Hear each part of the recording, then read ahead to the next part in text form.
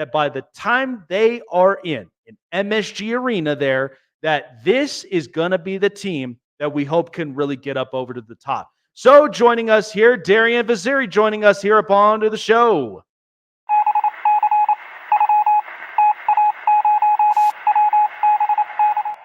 So initially, we thought that Kawhi Leonard, coming up on the Team USA, this was going to be really, really interesting. Now he's backed out. He's withdrawn. There's got to be some answers behind every single one of the questions that fans are asking about. But I have a feeling that the case of this is I think there's still some lingering issues involved as far as injury perspectives. Now, Kawhi, and there was a point, I was talking with somebody about this, and I'd like your thought on this, that there was a point when Kawhi was on the floor that he had suffered an ankle injury that he had been rehabbing for at least the last few years. And now we're kind of up to this point in 2024 where, again, load management, it is what it is.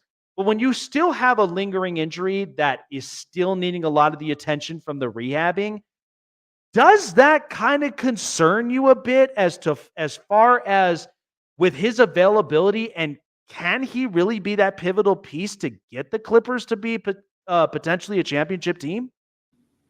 It definitely is a concern, major concern. I've had the concerns about it since the summer of 2023 when he didn't finish that Sun series. And this past season, it was crazy, like 68 games. Kawhi Leonard was finally healthy for. Every Clipper fan thought maybe this was the year that he's going to at least stay healthy for the playoffs. I think a lot of basketball fans believe that. And then not even a serious injury. It was knee inflammation. And yeah, the suspicion now is that he had some sort of flare up, or they realized that he just should not be playing full speed competitive basketball for this Olympic team. And the reason why you just think it's got to be some kind of flare up is because Ty Lue and Jeff Van Gundy, two of the Clippers coaches, the Clippers head coach and assistant coach, are over there on the staff for Team USA. So I would think they sent him with some real thought about it, and then something had to have happened. Not all of a sudden they just had second thoughts. So that's how I feel about it. And yeah, it's extremely concerning. I don't think the Clippers have any chance of winning a championship with Kawhi right now anymore. I haven't thought that for over a year. It's just a sad reality, and this is where we're at. Yeah, it's kind of hard. It's kind of hard to, when you think about it, like initially when Kawhi first arrived here with the Clippers. And listen, I love Steve Ballmer. I think he is a hell of an owner. I do think that he's not afraid to spend the money when you spend it in the right pieces that could really make the best of this team. But my takeaway with what I've seen now since the free agency, Paul George now leaves the Clippers to go to the Sixers. And their initial thought is they're keeping Kawhi for 2 more years. They've re-signed James Harden. Now the talk is Russell Westbrook is on the market.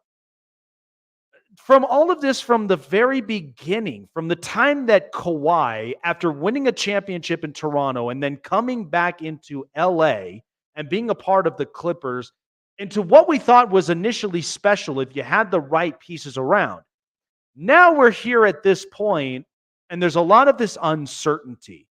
What have you really kind of taken away from the Clippers as a whole, and what they really need to do better to eventually see the light at the end of the tunnel where they can be that serious content type of team? I mean, it really just begins with Kawhi being healthy. There's no discussion without it. We want to get a power forward, yeah, so Kawhi doesn't play the 4 as much. That's the number one thing on the agenda for me. Maybe even get a scorer to replace Paul George, but none of this matters if Kawhi's not healthy. There's nothing the Clippers can do about it.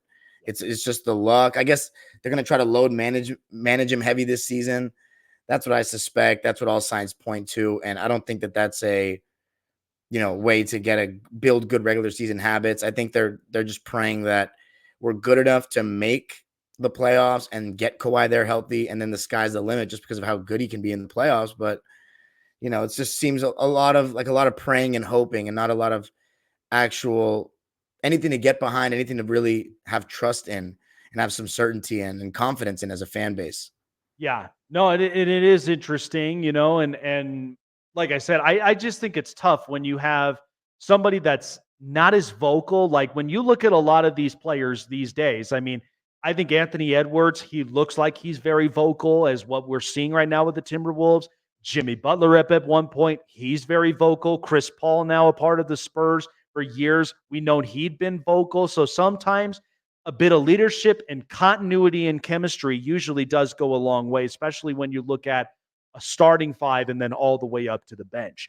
So, to kind of piggyback with as far as, with the state of the Western Conference, because we just got Dallas in the final with Luka Doncic, and then now they've added Klay Thompson. And so there's been a lot of these shifty movements, around in the NBA free agency. And so when you outlook the Western Conference and what the Clippers really need to do well to kind of like be competitive in, because there are going to be some teams that will give them some fits. But after kind of outlooking the NBA free agency, I made the argument. I think now in the Eastern Conference that was once weak, we got about 6 to maybe potentially 7 teams that are kind of up and on the rise, and then along with their draft and development. So, what have you kind of taken away from this free agency? Oof, this free agency. I mean, are you saying just for the Clippers side of things or just for the league? Just for the league. For the league, I mean, I think looking at the top, Boston is still the best team. There's nothing that anybody has done to make me think that the Celtics aren't still the team to beat. As far as the Denver Nuggets, because I still have a lot of faith in the Denver Nuggets being a threat going forward, they got to figure something out with replacing KCP. I think that's such a major loss. They already didn't have much depth last season with losing Bruce Brown. Christian Brown didn't quite take the leap that they thought they would.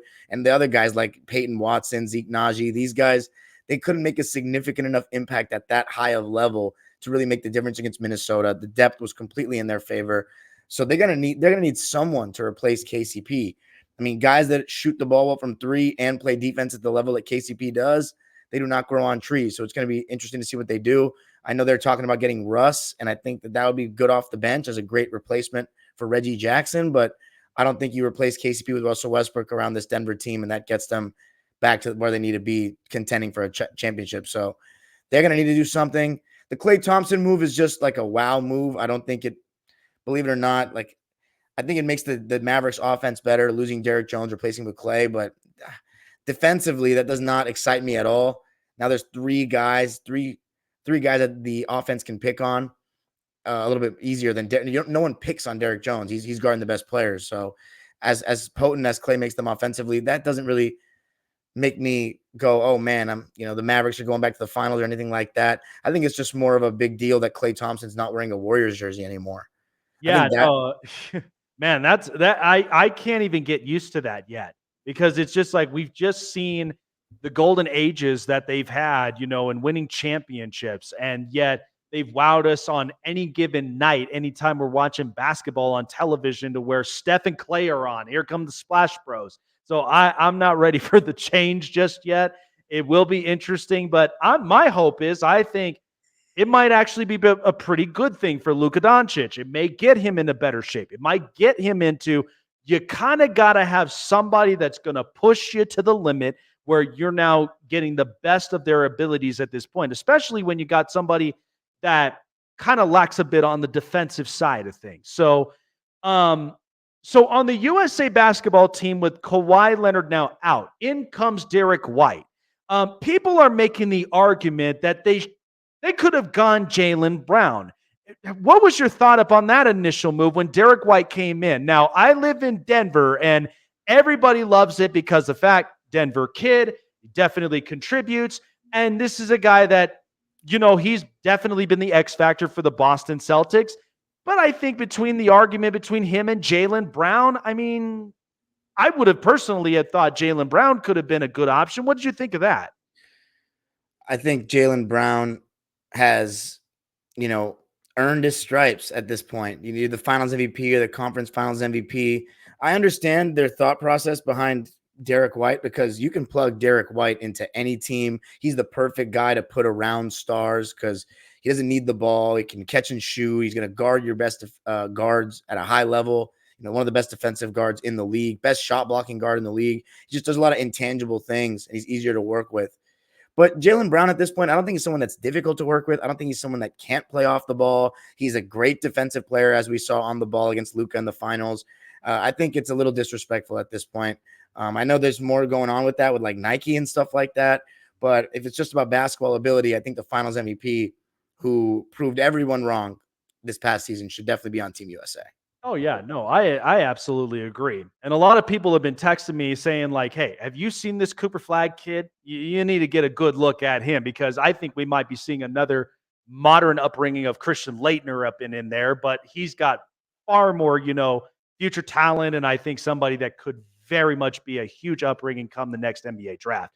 So finally, and I talked about this yesterday because I like me and my wife, we love watching movies, we love watching shows, especially when you watch documentaries. And I think a lot of these sporting documentaries have just hit it out of the ballpark. I just finished up watching Winning Times, and just to see the Lakers dynasty and what they've gone through. Now, again, there were arguments about how they portrayed the late great Jerry West, but in the end, you kind of knew what the environment and what the culture was like at that time. I just talked about Hard Knocks yesterday because why would there be a simple clip that talked about Saquon and Joe Shane at the time when it came to the free agent market and the extension? And then we got the unbearable truth about the New York Giants. So here comes a show now that I am interested to watch, is Clipped on FX. I think FX has done a fantastic job when it came to a drama type documentary series when we watched The People versus OJ Simpson. So when you think of the Clippers now having this show Clipped, which really just revolved around the time when Donald Sterling was the owner. Living through that, I mean, that was intense. And then you've got Lob City from Chris Paul to Blake Griffin and DeAndre Jordan. When you look at this documentary series, what was a lot of the takeaways you kind of think of from the show's perspective and covering the team as long as you have and living in that time? What were some of those takeaways that may have some similarities and some differences in that? Well, I enjoy both shows a lot, Winning Time and Hard Knocks as well, but Winning Time and Clipped. I think it's, first off, it was just really surreal to have any kind of production made about the Clippers. You know what I mean? Like, we were just used to be the irrelevant secondary team that, you go watch to see the other stars around the NBA beat us up. But the fact that there's something, I mean, whether you want to argue it's for the right or wrong reasons, we still have a show that's being made about a period of Clipper history, something that I lived in. I actually have only been covering the team for my own show 5 years for Locked On Clippers. This is going to be my third season upcoming. But I was a fan, just a high school student. I was a fan, a diehard fan at that time. And it's just crazy to me that I was at these games. Like, I was literally at every single first round game at Staples Center of the 2014 series against Golden State. I think the choices of actors, by looking at them before the show was released, I was like a little bit sketched out. Like, I looked at Blake Griffin and I was like, does that guy really remind me of Blake Griffin? But I have to say, watching them act it out, the guy that plays Blake Griffin, and forgive me for not knowing his name, his voice and cadence and the tone of which he says certain things does actually remind me of Blake. Same with the guy that plays Chris Paul. And I think Lawrence Fishburne's doing fine as Glenn Rivers. I think Donald Sterling has done beautifully. He captures the essence of how disgusting and repulsive of a human being he was or is. And I think I'm enjoying it. I'm a couple episodes behind, I will say. I got to get caught up, but it's really cool. Any sort of more Clipper content made with any sort of effort, I can get behind, and I'm always going to be supportive of. Oh man. Even when at the time when I started figuring out about the Clippers, I mean, at the time when you have Baron Davis, you had, a lot of these other guys that were in this organization that came in that initially was trying to build the culture and what they really stood for. Because I've always looked at the Clippers that they, like the Chargers with what we see right now, they were kind of the redheaded stepchildren of the league, where it's like they're living under the brothers' basement, with the Lakers. And then, now they finally have an arena, which is an exciting thing. And maybe a quick note on this. Now having an arena that Steve Ballmer basically balled out and just dropped the dime on to get a new arena in. How does that got to feel now for a lot of these Clipper fans and to officially be watching Clipper games and now having a new logo, a new kind of rebrand, and now a new home that we can finally watch Clipper games without even being in the basement this time? I mean, I think it hasn't really fully set in for all of us. It's not going to really fully set in until we're actually there watching our team play in a new arena. The fact that this is something that we can call ours is just, it's crazy. A stadium that's newer, better than the Lakers stadium or Staples Center. I still have a lot of love for Staples Center because it's where I first grew up watching games, and I'm still a Kings fan. I'm still a Sparks fan. And, if I can get a good deal on a Laker game, I like to go watch basketball there as well. But, I've obviously been to that stadium so much because of Clipper games, and the fact that I'm going to get used to a new surrounding, but a surrounding that's going to be built for basketball. I think that's what people need to understand. Besides, Clipper fans already know. We're all super excited. Everyone's getting their wall pass and all these things, but this stadium was built with the sound of basketball fans in mind. And meaning that the proximity with the fans in the court, the distance between one another, just the way the stadium goes up instead of out. I stood behind one of the baskets in the wall a couple of weeks back, and they said that row 25, it was either row 25 or row 20 of Intuit Dome is 45 feet closer to the court than Staples Center's row 20 or row 25. Wow. Which that's literally half a basketball court. Yeah. So I can't wait for that. For people that think it's a bigger stadium, it's actually not a bigger stadium. I don't have the stats on like the square feet or whatnot, but when you're in the arena, the highest row does not feel nearly as high as at Staples Center. And that is by design. That is because they didn't want it to be such a corporate thing where there's 3 levels of suites like the Staples Center, the Crypto.com arena. It's going to be about the fans. And I can't wait to just feel the same fan base, the same people that root for this same team in a new arena and just feel the sound difference. Because as much as I love Staples Center, I really think it's a beautiful arena in need of some refurbishing, and they are doing some renovations right now. But it's a great arena. It's just that the sound, I don't think is great during a basketball game. I think the sound travels. It's just too big. So I really can't wait. The one thing I don't like, though, is the traffic. I think the 405 at that time of day is just brutal. Like I prefer the 10 just all the way down for me. But, that's something depending on where you are in Los Angeles. And the getting out of the arena, we'll see how that goes. Judging by how SoFi is, I'm not encouraged. But other than that, can't wait. Man, I've driven through that before, like years ago when I watched my first ever Charger game in Carson, and it's experiencing California highways is just like, it just gets daunting at certain times of the day. But yeah, I get excited about this, and it's something that's definitely on the bucket list to definitely check out, because now having the MSG Sphere in Las Vegas, which is another one of my bucket lists by the time I come back home to my hometown. But yeah, I love this for the fans. I think this is what's building a lot of the excitement. Now having the new brand and the new look of the Clippers, hopefully at some point it builds their way up to where we could potentially see somewhere in a championship row here in Los Angeles. But appreciate you, Darian, for stopping on by. Where can people find you to getting locked up on those Clippers? If you want to find Clipper content, you can find it on my personal channel, Dime Dropper, but also Locked On Clippers, which is 5 days a week for the Locked On Network, talking all things Clippers. But if you just want to listen to me talk basketball, because I do all kinds of basketball stuff, old school, Lakers, a bunch of Lakers stuff and Spark stuff, a lot of LA based stuff. You can find that on my channel, Dime Dropper, and there'll be stuff dropping throughout the offseason. So yeah, tap in. And yeah, appreciate you having me on, man. Absolutely, man. We've gotten great content, 3 interviews in one day, and we're already over 300 viewers right now. What a day to really just be holding up a show and holding up great content with great interviewers and great insights. Absolutely loved it. Appreciate you for stopping on by, man. Enjoy the rest of the week, and we'll definitely see you soon and how the Clippers will look this next season.